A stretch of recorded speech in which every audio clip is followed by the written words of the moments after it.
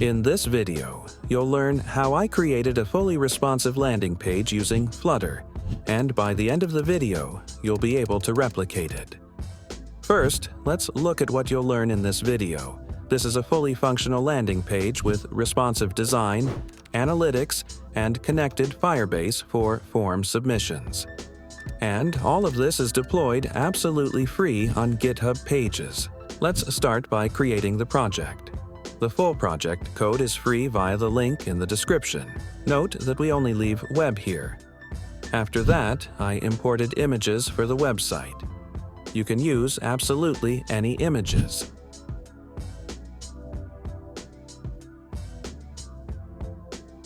Then I added the resources folder to pubspec.yaml.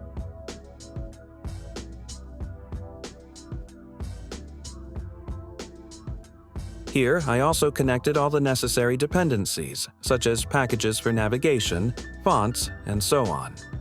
After that, I moved on to theming. Note that I separate everything into folders for convenience and to keep the code cleaner.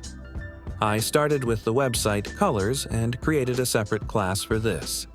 Here, I simply create variables for the main colors for the website.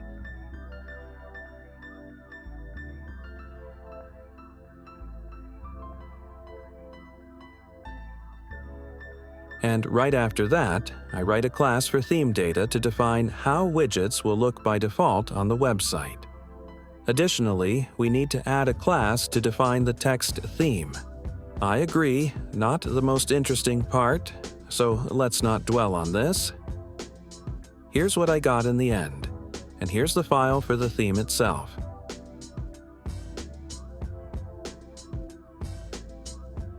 After I finished with theming, I create a file for our main page.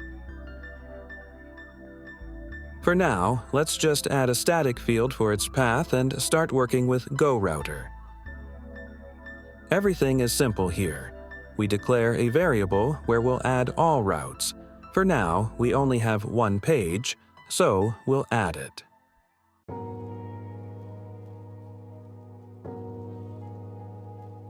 Now I go to main.dart and declare the main method. In it, I run our application. We don't have a widget for it yet, so I'll create it now. Here I pass the theme I created and the router. At this stage, you can already run the application and see an empty page.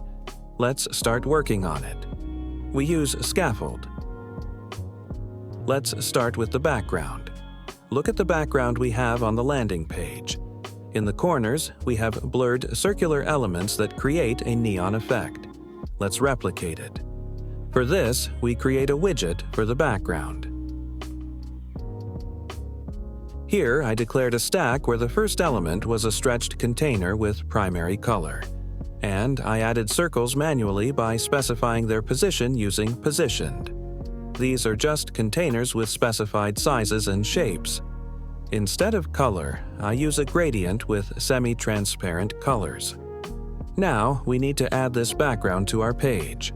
For this, we also use stack. Here's what we get so far. Now let's add the first section, namely the navbar. For this, we again create a new widget. Here, we have the most ordinary layout, but using one technique. To make our website responsive, we must understand whether it's opened from a phone or computer, and depending on this, layout differently. To do this, I wrote extensions for the build context method. I wrote a getter that returns true if the site is opened on a phone. This is determined by the media query size. Now, having such a getter, we can simply refer to it and, depending on it, lay out the page as we need. To keep the video from dragging on, I won't dwell on basic things like layout because I have detailed lessons on this topic on my channel. But if you have questions specifically about this code, write in the comments and I'll be happy to answer them. Here's what we got with this in the end. Here I also added a couple of widgets for the logo and for a beautiful button. By the way, notice what I use for the button. I created an animation here and run it when the user hovers the cursor over it. This is done using the mouse region widget. It has two callback parameters, onEnter and also onExit. With them, we can make such beautiful effects, and they will often be used in this project. In the end, the navbar logic is as follows. If the user is on a computer, I display all elements in a row. If the user is on a phone, I add only the menu icon, and when clicked, a dialog opens with the same elements. Note that I also declared callbacks here so we can handle button clicks in the navbar. Now, let's add this widget to our page. In Stack, we'll add Single Child Scroll View, and inside it, we'll add Column. Here will be all our elements. As for callbacks, you don't need to worry about them for now. And here's our intermediate result. Using the same method, I added the next section, namely Hero section. Here also, nothing unusual, ordinary widget arrangement depending on the isMobile getter. Here, there's also a button to go to the YouTube channel, and this is implemented using URL Launcher. Here's what the intermediate result looks like. And here's how it works on the phone. By the way, this landing page is real, so if you need help with your application, be sure to visit and leave a request. In terms of layout, it depends on your design, so without going deep, I'll immediately add the remaining sections and move on to the most interesting part, namely form submission. But before that, let's look at how page scrolling is implemented when clicking. I created several global key variables on the page that will allow me to get the context of widgets to which it's applied. Then, I pass all these keys to the necessary sections, and inside them, I simply pass them to the container as a key parameter. This way, I'll have access to the context of these elements on the main page. After this, I wrote a method that allows me to scroll the page with animation by passing the necessary global key. And I call this method in our navigation bar callbacks. And here's how it works. Now, let's connect Firebase so we can receive the form. First, we create a project on Firebase. We also need to enable storage and temporarily set rules so we can always write data.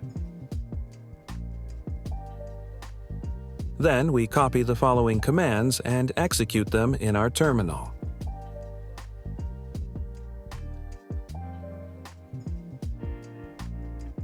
Here, using space, we remove all platforms except web. After we added Firebase, we need to add the necessary dependencies to pubspec.yaml. I'll immediately add the analytics dependency because it's related to Firebase. After this, we need to initialize Firebase in main. Everything is standard here. Don't forget to call widgets Flutter binding ensure initialized before this. That's it. Now we can work with Firebase in our application. Here we're interested in Contact Form widget. Here we have declared controllers and a form so we can perform validation. Additionally, we have declared a Firebase service class that we need to work with Firebase collections. There's only one method here that takes a parameter of type Contact Form. This is my model class that's needed to collect data into one object. This method simply accesses our Firestore and its collection, and it simply adds our object that we converted to JSON to it. In case of an exception from Firestore, we simply throw our own exception with a custom message. Next, we have a couple of variables for status. The logic here is simple. We have a form with several text fields. When clicking the Submit button, we call this method. Here we validate our form, and if everything is fine, we create an instance of our object and pass it to our Firebase service. After this, we clear the controllers. In case of an error, we set variables to display status and change the UI. By the way, don't forget to make our main method async and use await for Firebase initialization.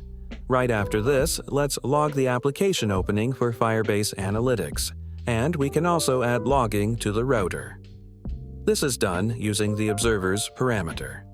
We pass Firebase Analytics Observer and into it an instance of our analytics.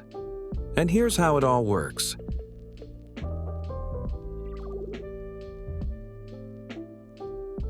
We enter some data and click Submit. After this, we see the same data in our Firebase. Now, let's deploy our application to GitHub Pages. For this, we first need to build it using the command flutter build web. After this, we create a new repository on GitHub. Note that it must be public.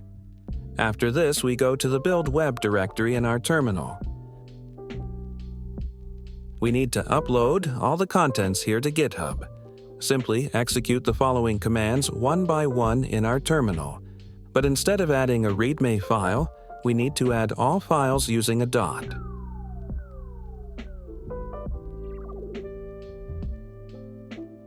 After we uploaded our project, we go to Settings and to the Pages section. Here, we simply select our branch, and that's it. A link will appear at the top where our project will be available. But as we see, our site doesn't load. The thing is, we need to change one field in our index.html file. We go to this file directly on GitHub.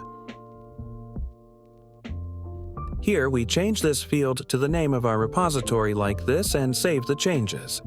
After a minute, when the site updates, we see that everything works. And here's our final result. We created a fully responsive landing page using Flutter that works on all devices, has beautiful animations, is integrated with Firebase for collecting form data, and is deployed absolutely free on GitHub Pages. I hope this tutorial was useful to you and you were able to repeat all the steps. Don't forget to download the source code via the link in the description and experiment with it yourself. If you have questions or difficulties, write them in the comments. I'll try to help. And don't forget to subscribe to the channel if you want to see more similar lessons on Flutter and web development. Thanks for watching and see you in the next videos.